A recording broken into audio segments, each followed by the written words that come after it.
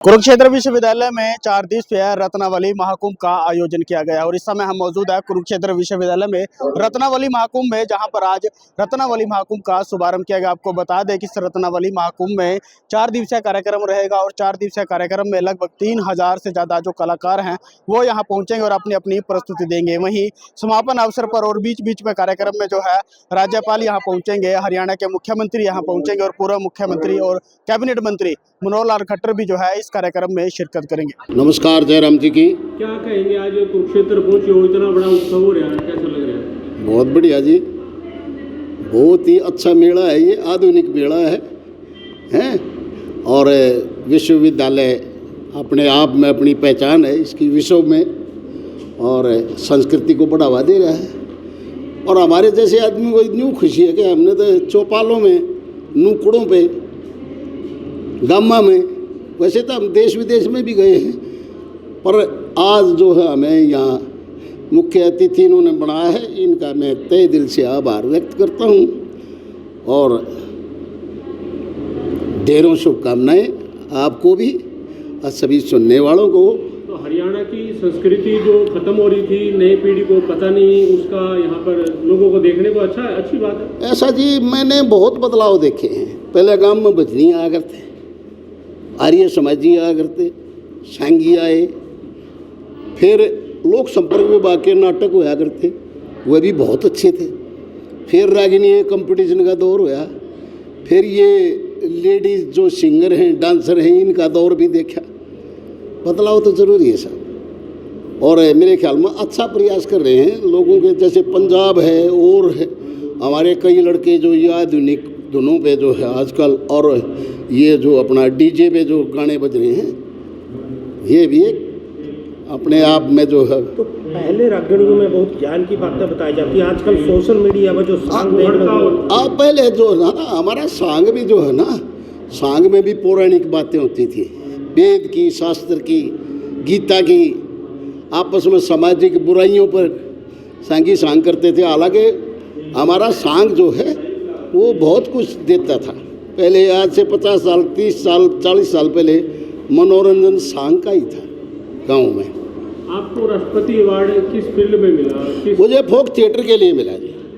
फोक theatre में आता है नाचना, गाना और एक्टिंग।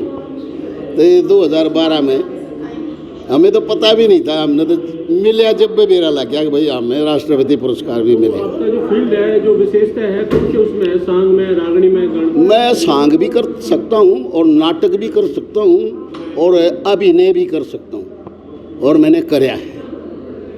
मैंने देश विदेश में परफॉर्मेंस करी है। रेडियो टेलीविज़न का मैं A ग्रेड कलाकार हूँ और कई फिल्मों के भी गाने गाए मैंने। ज़रज़ोरू और ज़मीन, चाटनी, मटरू की बिजली का मंडोला, और साहब अभी दादा लक्ष्मी में भी एक गीत गाया है। क्या उसके बोल क्या है?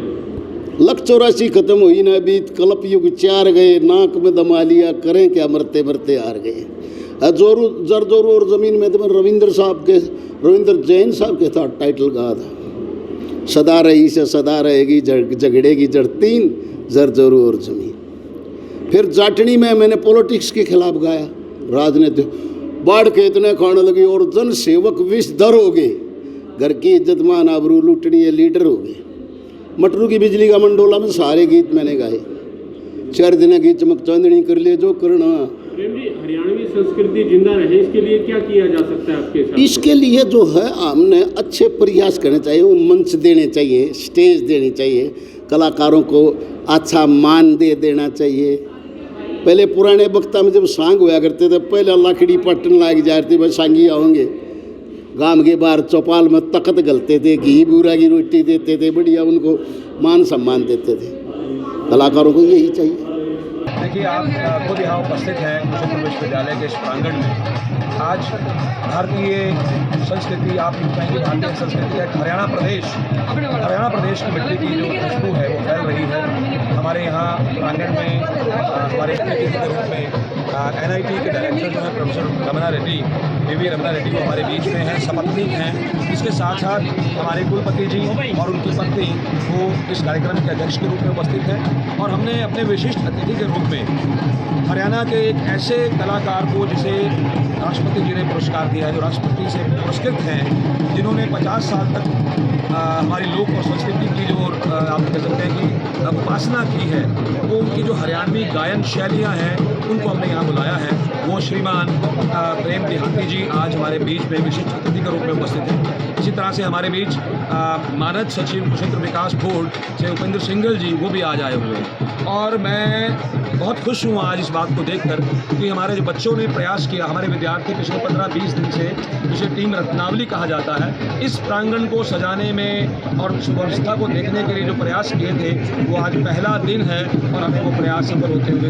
नजर आ रहे हैं। माननीय कुलपति जी का हमें मार्गदर्शन था, उनका आशीर्वाद था और उनके आशीर्वाद से आज ये कार्यक्रम प्रारंभ हुआ है। और मुझे लगता है आने वाले अगले 4 दिन 3 दिन जो है इसके पश्चात, उन दिनों में हम इस रत्नावली महोत्सव को एक नई ऊंचाई की तरफ लेकर जाएंगे। सर, अगर बात करें हमारी युवा पीढ़ी है, हरियाणा की संस्कृति भूलती जा रही है, तो उनके लिए कुछ उसमें खास रहेगा कि वो हमारी पीढ़ी को जाने कि पहले कैसा हमारा हरियाणा था। देखिए, बिल्कुल हमारे यहाँ पिछले कुछ वर्षों में युवा एवं सांस्कृतिक कार्यक्रम विभाग ने बहुत प्रयास किए और लुप्त होती हुई जो हमारी लोक कलाएँ हैं उनको दोबारा से उबारा। अब आप देखते हैं कि बहुत सी फिल्में ऐसी बनती हैं जिन फिल्मों में हरियाणवी भाषा का प्रयोग होता है। आप ऐसी बहुत सारी और जगह देखते हैं जहाँ पर हरियाणवी संस्कृति को बड़े सम्मान की दृष्टि से देखा जाता है। पगड़ी जो मेरे सर पर है, ये आज एक सम्मान का परिचायक बन चुकी है। बहुत सारे समारोह में हम पगड़ी बांधकर अपने अतिथि का स्वागत करते हैं और मेरा ये कहीं ना कहीं मानना है कि कुरुक्षेत्र विश्वविद्यालय ने इस पगड़ी को जो सम्मान रत्नावली के माध्यम से दिया है, आज हरियाणा में कहीं भी कोई कार्यक्रम होता है तो वहाँ पर हम अपने अतिथि का स्वागत जो है पगड़ी से करते हैं। और जो हमारे विद्यार्थी हैं, इन विद्यार्थियों को इस बार हम क्या मौका दे रहे हैं। देखिए, कुरुक्षेत्र विश्वविद्यालय एक शैक्षणिक संस्थान है। हम पहले जो शिक्षा देते थे उसमें हमको एकेडमिक्स की तरफ ध्यान देते थे। मेरे पीछे एक पंडाल लगा हुआ है, मेरे पीछे एक गांव बसा हुआ है। इस गांव में लगभग 50 से ऊपर जो हैं वो हमने हट्स बनाई हैं और इन हट्स में हमारे यूनिवर्सिटी के विद्यार्थियों ने अपने द्वारा बनी हुई कलाकृतियाँ, चाहे वो खान पान है और व्यंजन, हरियाणवी व्यंजन है, इसी तरह से बहुत सारी और कलाकृतियाँ हैं, दिए हैं, पेंटिंग्स हैं, या हमारे जो फाइन आर्ट्स डिपार्टमेंट के बच्चे हैं उनकी अपनी कलाकृतियाँ हैं, टूरिज़्म डिपार्टमेंट के जो बच्चे हैं उन्होंने खाना भोजन। तो हमने एक प्रयास किया है कि बच्चे जो हैं वो अपने आत्मनिर्भर बने और हमारी जो न्यू एजुकेशन पॉलिसी जिसमें हम बच्चों को आत्मनिर्भर बनाने की बात करते हैं, उसको साकार करने में ये रत्नावली जो है मील का पत्थर साबित है। कुरुक्षेत्र से दैनिक सवेरा टीवी के लिए विक्रम सिंह। देश दुनिया की हर खबर सबसे पहले देखने के लिए फॉलो करें Dainik Savera TV, YouTube, Facebook, Instagram, X और व्हाट्सएप चैनल पर।